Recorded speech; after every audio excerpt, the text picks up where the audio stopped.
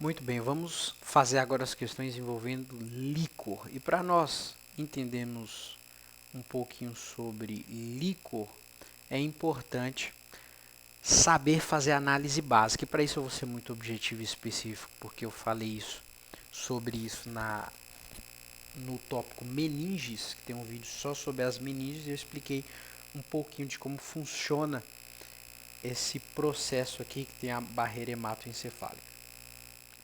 Fazendo a revisão básica, você retira o líquor, né, dessas regiões que você está vendo na imagem, e esse líquor ele vai estar diferente ou não dependendo da integridade da barreira hematoencefálica que demora a se desenvolver no ser humano. A partir ali dos 5 anos que ela começa a ser mais blindável, ser mais eficiente, vamos dizer assim, conseguir proteger mais essa área tão importante do corpo que é o cérebro.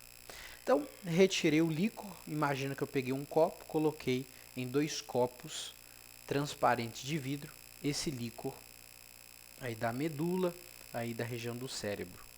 Coloquei nesses copos, um copo pode ser um líquor transudato, o outro copo pode ser um líquor exudato. Qual a diferença? O transudato, ele é o mais bacana. Por que ele é o mais bacana? Vou colocar de verde aqui. Porque simplesmente ele tem baixo teor de proteína, significa que a integridade da barreira hematoencefálica está legal. Menor densidade, permeabilidade vascular preservada, está preservada a integridade da barreira hematoencefálica. O líquido é claro, como Deus fez. Claro, imagina aquele rio de águas transparentes, perfeito, maravilha, tipo um paraíso que Deus fez. Então, é o transudato. O que pode acontecer de diferente no transudato é que, pela osmolaridade, pode aumentar o volume. Eu coloquei isso aqui, mas só aumenta o volume, ele permanece com essas características que eu estou te mostrando. Agora, já no exudato, ele é rico em proteínas, ele tem maior densidade.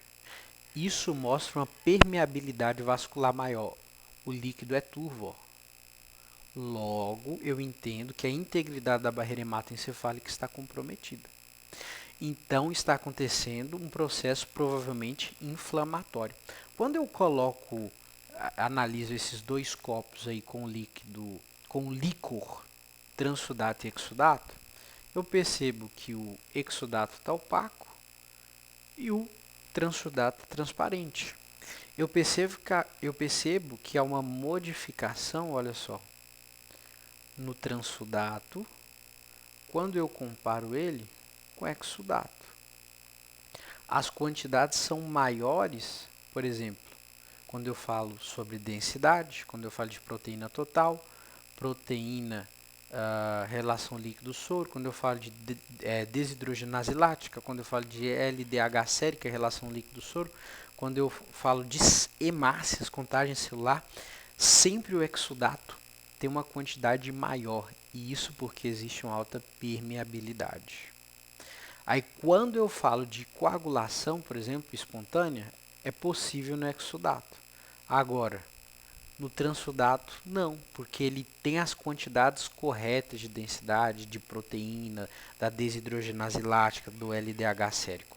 Ou seja, o transudato está interessante. Mas para nós fazermos essa análise, e eu quero ser muito objetivo, eu já vou começar a te dizer que bioquimicamente,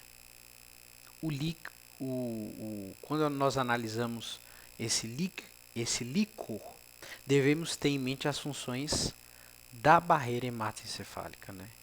Que ela é pouco permeável, como no transudato, né? Para a maioria dos elementos bioquímicos. Nós sabemos também que o exudato, que advém de processos infecciosos inflamatórios, podem alterar a permeabilidade, que varia dependendo do agente etiológico. Se for uma bactéria, se for um vírus, se for uma bactéria, se for um vírus, se for um fungo, tá certo? Os agentes bacterianos rompem essa barreira com maior intensidade quando comparado com os virais, levando em consideração levando em consideração essa análise bioquímica. Detalhe, os fungos são oportunistas, então existe sim meningite fúngica, mas os fungos são oportunistas. Então, quando a bactéria vem, ela vem para pegar pesado. Então vamos lá, proteína. Das proteínas encontradas no líquor, mais de 80% são provenientes do plasma. Equivalem a valores inferiores a 1% do nível sanguíneo. Então, se acontecer algum extravasamento de plasma, o líquido encefalorraquidiano ele vai mudar de cor. Talvez ele vai ficar meio xantocrômico. E eu comentei sobre isso lá na aula de meninges. As proteínas lá do líquido encefalorraquidiano podem estar elevadas em diferentes patologias. E nós vamos falar sobre isso, porque nós queremos analisar o líquor, né? Então, o que acontece? Dependendo da patologia, tóxico, alérgico, processo inflamatório infeccioso, meningites, infecção das meninges, especialmente as bacterianas e doenças neurológicas, hemorragias e tumores podem causar essa mudança aí no líquido encefalorraquidiano, que é transparente, branco, puro, como Deus fez. E a elevação pode ser decorrendo da alteração da permeabilidade, pode não, na verdade é, né? Alteração, aqui ó, pode ser. Na verdade é, claro que pode vir, se for um tumor, se for uma lesão de algum outro tipo, também pode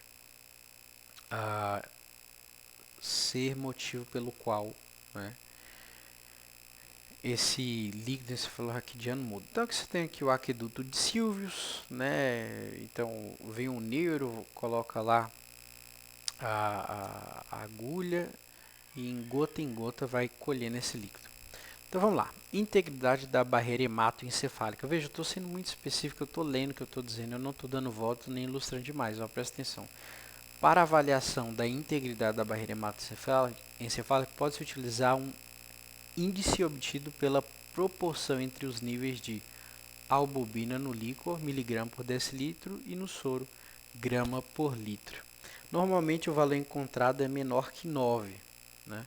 E são considerados discretos, valores entre 9 e 14, moderados entre 14 e 30, e acima de 30 é um comprometimento severo. E quando você tem um bebê recém-nascido ali, que a barreira encefálica não está ainda desenvolvida por completo, esse número é muito, infinitamente maior. Dá uma olhada lá na revisão de meninges. Índices discretamente alterados são encontrados em crianças de até 6 meses, traduzindo imaturidade da barreira hematoencefálica. Legal, foi o que eu acabei de falar aqui. Reação de Pand. Então, olha só. Demonstrar um desequilíbrio entre frações proteicas.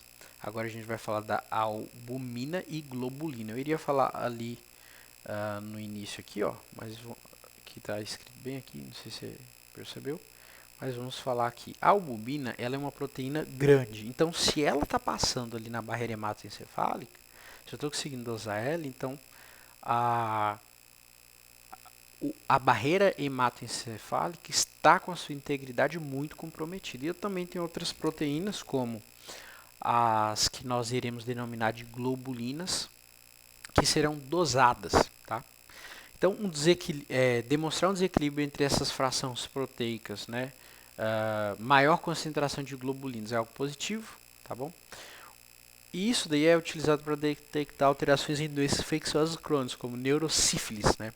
A reação de Pand tem grande importância em valor de dosagem de proteínas de 25 mg decilitro a 55. Então, esses valores aí são são relevantes quando a gente fala da reação de Pand, né? Valores abaixo de 25 mg por decilitro raramente são positivas e acima de 55 são raramente negativas. Então, é uma forma de identificar um desequilíbrio entre as frações proteicas, o que indica algum tipo de distúrbio, né, na barreira hematocefálica. Quando eu encontro cloro no líquor, o que significa? Né? Good question. Então vamos ver. Qualquer condições que alterem os níveis séricos de cloreto também irão afetar o nível de cloreto no líquido encefalorraquidiano. né? Como também na quebra da barreira hematoencefálica vai alterar o nível de cloreto, né? Então, níveis diminuídos são encontrados na desidratação, né? Desidratação. E nas meningites tuberculosa, principalmente, né? Na bacteriana, claro, e olha só, na criptococose. Então, na criptococose, nós vamos ter o quê? Uma diminuição no cloro, na bacteriana nós vamos ter uma diminuição do cloro e cloreto, né? E nas meningites tuberculosas, tá bom? Nós vamos ter uma diminuição do cloro. A referência é essa daqui, né? 690 a 750 miligramas por decilitro. Agora a glicose. A gente sabe que todo mundo gosta de açúcar, inclusive as bactérias, certo? Os níveis de glicose no líquido encefalorraquidiano, né, 2/3 da glicemia basal, esse daqui é o valor de referência, né? Vou colocar a cor verde, todo mundo gosta de açúcar, né? A proporção normal da glicose pode variar de 0,3 a 0,9, né? E os valores anormais são menores que 40, né, no líquor, e quando a gente faz essa análise de líquor e plasma, menor que 0,3 miligramas por decilitro. Agora, a diminuição dos níveis de glicose no líquido é um dado importante aqui, ó. Diminuição da glicose no líquor. E indica o quê? Meningite bacteriana de novo, tuberculose e fúngica, nas quais encontramos geralmente os valores baixos. Então, glicose está baixa, com certeza meningite ou bacteriana ou tuberculosa ou fúngica. Já nas meningites virais, os níveis variam de normais a discretamente baixos. Então, nas virais é normais e discretamente baixo. Interessante. Mas o nosso foco aqui, já te aviso, que sempre vai, nesses últimos tempos aqui, será as bacterianas, né? Será as bacterianas, tá. Níveis elevados de glicose no líquido encefalorraquidiano não possui significado clínico. Então, elevados de glicose não possui significado clínico em 2026, que é quando eu estou falando. Refletindo o aumento dos níveis de glicemia sistêmica. Então, a pessoa está com uma diabetes, assim, entre aspas, né? Beleza, resposta do organismo nas meningites. Então, no líquido encefalorraquidiano, né, você vai perceber que ele vai estar turvo quando tem um aumento de leucócitos e proteínas. Agora, por que isso está acontecendo? As bactérias, né, vou trocar de cor aqui. As bactérias, elas induzem eventos inflamatórios mais dramáticos. Então, estamos falando das bactérias que a gente sabe que são perigosas, que limitam a propagação local, de modo que a infecção é localizada e forma abscessos, tá certo?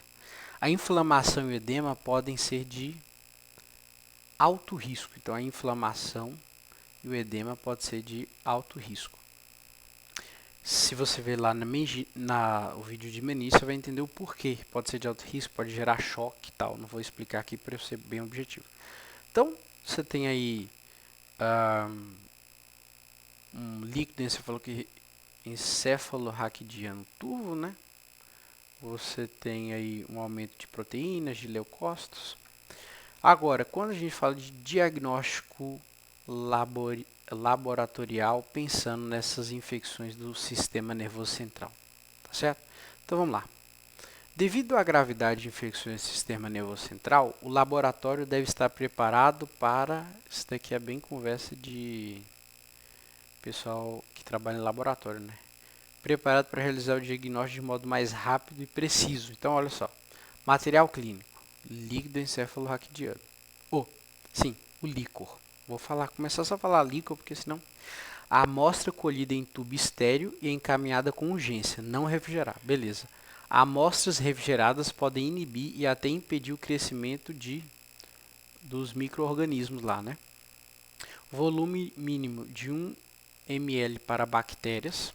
Ok, tá certo. Isso daqui é um dado importante para quem trabalha em laboratório, né? Geralmente a concentração no líquido é baixa, aí você vai centrifugar a amostra para concentrar. Parâmetros que auxiliam na Agora que é legal, ó. Interpretação da cultura de líquor. Então, olha só. Leucócito, células, proteínas, vou colocar de laranja. Glicose, vou colocar de azul. 2T's da glicemia tá normal. 15 a 40 miligramas por decilitro tá normal. Nenhuma ou linfomonocitária tá normal. Ó, nenhuma célula ou linfomonocitária tá bacana. E leucócito aí, ó, de 0 a 4, normalzinho. Agora, olha só. Provável viral. Poxa, aqui já deu umas 500, né? Agora, ó, compara com a bacteriana, só para você ver, ó. Bem, a mais de 500. Agora compara com a fúngica, até 500. Então você percebe que a bacteriana aí, ela tem uma resposta tão forte que os leucócitos, os glóbulos brancos, as células de defesa do corpo, atacam com mais intensidade, reagem com mais intensidade, porque a infecção bacteriana ela vai afetar mais a barreira hematoencefálica e vai causar uma querela maior no corpo, né? Uma reação inflamatória maior. Então, quando a etiologia é viral, você pode esperar mononucleares. Quando a etiologia ela é bacteriana, ó, tá aqui de referência o PMN. Quando é tuberculose, provável tuberculose ou infecção fúngica, aí é um perfil misto de mononucleares com PMN. Agora, quando nós falamos de proteína pouco aumentada nas virais. Aqui maior que 50 e aqui, ó, maior que 100. Então, a bacteriana é disparada que mais causa, né, uma diferença aí. Então, aqui na glicose, aqui está normal, aqui está diminuído no normal e aqui está muito diminuído. Então, para identificar uma bacteriana é um pouquinho mais fácil. Agora eu faço uma referência, e essa daqui é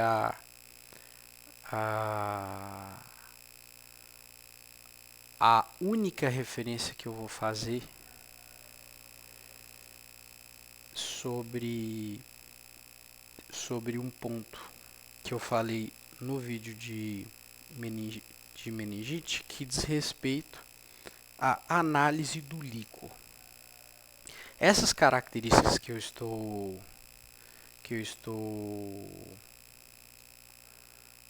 comentando,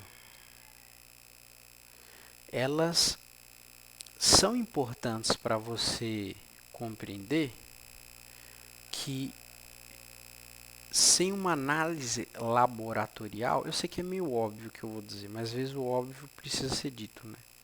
Que sem uma análise laboratorial, você não consegue somente a olho nu identificar o que está acontecendo. Mesmo que você vai assistir lá no vídeo de meninges, eu vou falando, ó, tá vermelho Ferrari, então quer dizer que é isso, quer dizer que é aquilo, né? Seguindo aí a ideia e o raciocínio do professor. É uma forma inteligente de você já ter uma espécie de noção do que está acontecendo, mas se você não se especializar, entre aspas, na leitura da interpretação, dificilmente você vai conseguir chegar num resultado, né, satisfatório. Então, aqui o PMN é polimorfos nucleares, né? Eu acho que eu não... acho que é interessante colocar aqui, polimorfos nucleares. Então, vamos lá. Lactato, né? Quando a gente fala de lactato, ele aumenta nos processos infecciosos, meningite bacteriana, fúngica e tuberculose. Rapaz. É mais comum os níveis superiores acima de 25 mg por decilitro, podendo diferenciá-los nos processos infecciosos virais, no qual é normal ou discretamente aumentado.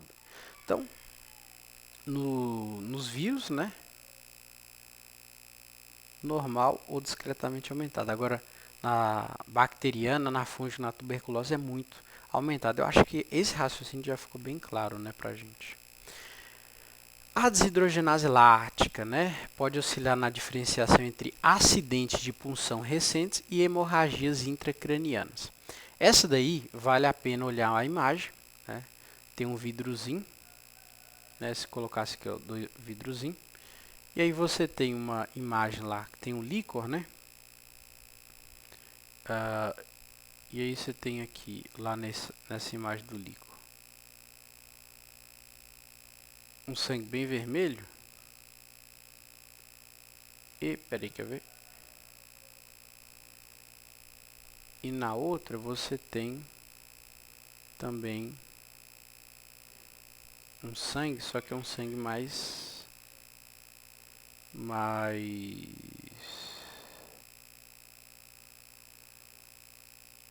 escuro, né? O que acontece? A desidrogenase lática, ela pode auxiliar na diferenciação entre acidentes de punção recentes e hemorragias intracranianas que já acontece há um tempo, porque ocorre uma hemólise. Esse que está vermelhinho aqui, ó, mais vermelho Ferrari, mostra que tem hemácias íntegras, né? E esse daqui mostra que já houve uma hemólise, certo? Já ocorreu aí uma destruição de hemácias, já tem um certo tempo, por isso ele está com um aspecto mais escurecido. E além disso, a desidrogenase lática, né? Ela quando tem acidente de pulsão recente com eritrócitos intactos, que é o caso dessa primeira aqui opção, eles não elevam significativamente os níveis de DHL. Só que aqui, ó, além de ter essa cor, aumenta muito os níveis de DHL. E aqui os níveis de DHL ficam baixos. E aí eu consigo identificar se houve um acidente na punção ou não. Interessante, né? DHL. O CKBB, né, doença desmielinizante, convulsões, acidentes vasculares, tumores malignos, meningite, traumatismo craniano, vai aparecer aqui o CKBB, tá certo? Que está relacionado aí já a não só as meningites, mas até tumores malignos, né? E você tem a cretinoquinase predominando isoenzima da CKBB, tá certo? Até aí, ó, 5,0. Agora, parâmetros que auxiliam na interpretação da cultura de líquor. Mais um parâmetro aqui, ó. Lactato, né? Em meningite de etiologia viral, tá normal. Bacteriana tá aumentado. E aí, para nós finalizarmos, né, a detecção de antígenos bacterianos nos espécimes clínicos, teste de aglutinação pelo látex, kit para um kit aí para pesquisa, né? Neisseria meningitis, essa daqui é o número 1, causadora de meningite, e é uma bactéria, né?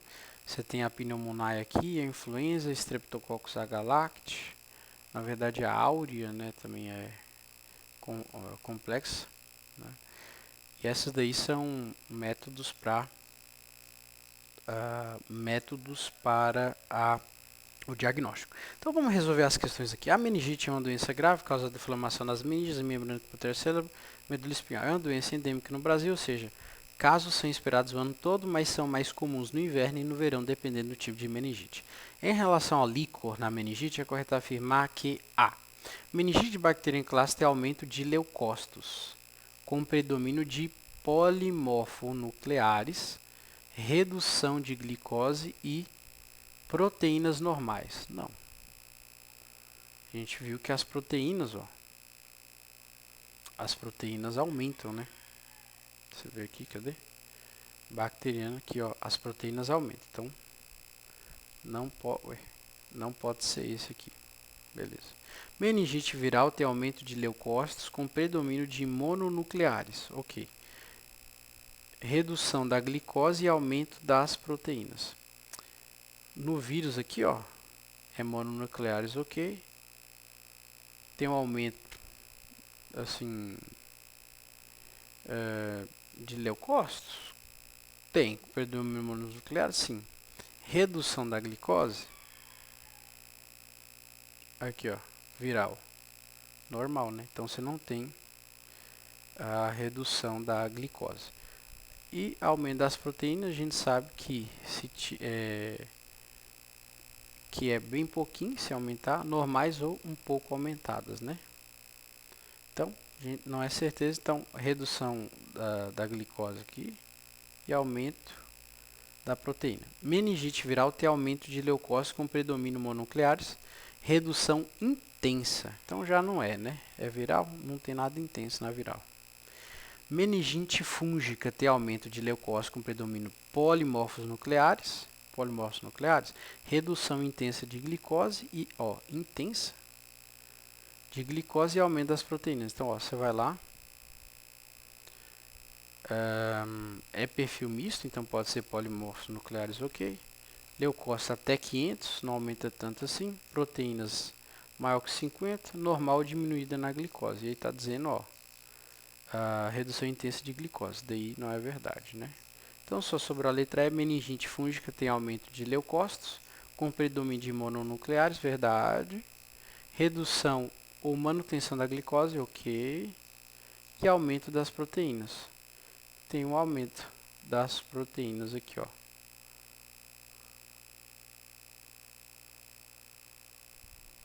E você tem aí normal diminuído da glicose, como ele bem falou, redução ou manutenção da glicose. Justo. Um líquido cefalorraquidiano xantocrômico turvo com proteinorraquia, tem proteína, né? Normoglicorraquia, então a glicose está cloretos normais, lactato negativo e contagem leucocitória de 700 e pouco, e análise microbiológica por microscópio de observação de não havendo crescimento em cultura. Possui características comparáveis com infecção viral transsudato. Transsudato, ele é o de boa, né? Infecção bacteriana exudato, ó, tem sentido. Só que o que acontece? Normoglicorraquia, com proteinorraquia, olha só, a gente sabe que, acho que eu vou até deixar esse negócio mais perto aqui, pera, deixa eu deixar ele mais perto das questões para a gente sempre olhar aqui.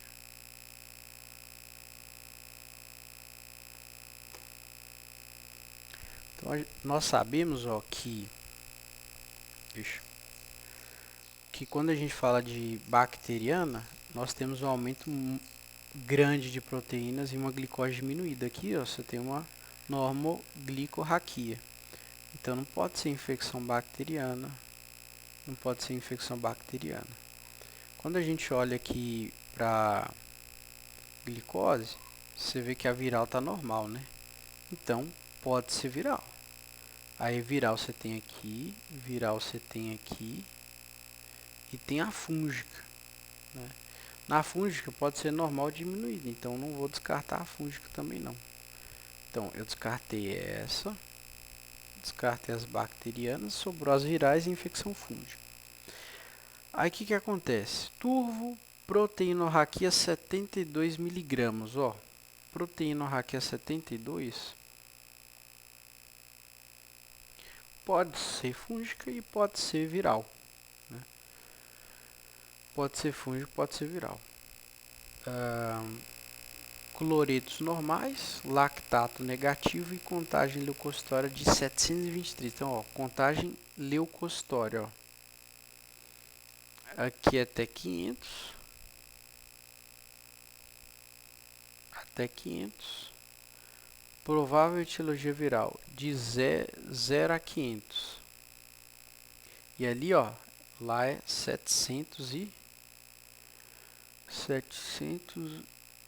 703 imunonucleares. 723. Ele tem um perfil misto. Lá só é mononucleares, então é viral, né? E ali, ó, a fúngica, ela só vai até 500, né? E a viral não. Então, beleza. Então, com certeza na infecção fúngica, vamos ficar com infecção viral, exudato, né? Que tem uma mudança aí. Bora ver se esse HIV. Um paciente sorologicamente positivo para o vírus HIV com líquido apresentado xantocromia, proteinorraquia, 50. Hipoglicorraquia, então teve uma diminuição, né, da glicose discreta. Então pode ser vírus. É vírus, né, HIV? 490 células mononucleares na análise citológica e leveduras capsuladas na análise microbiológica. Após queixa de cefaleia intensa e sinais de Brudzinski e Kernig, ambos positivos sugerem qual diagnóstico? Meningite. Né? Classifica o líquor quanto suas características laboratoriais e patológicas. Então, a gente está lidando com um líquor aí exudativo, não é?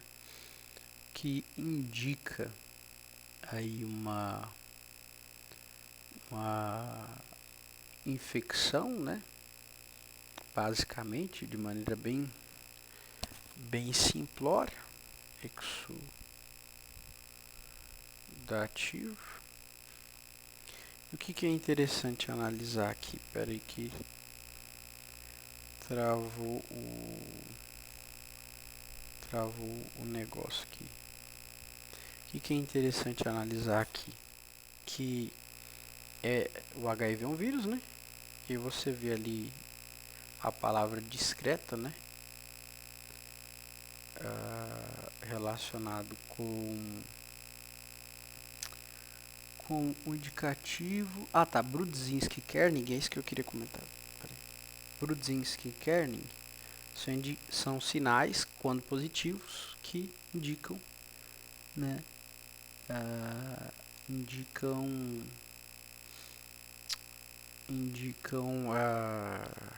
meningite.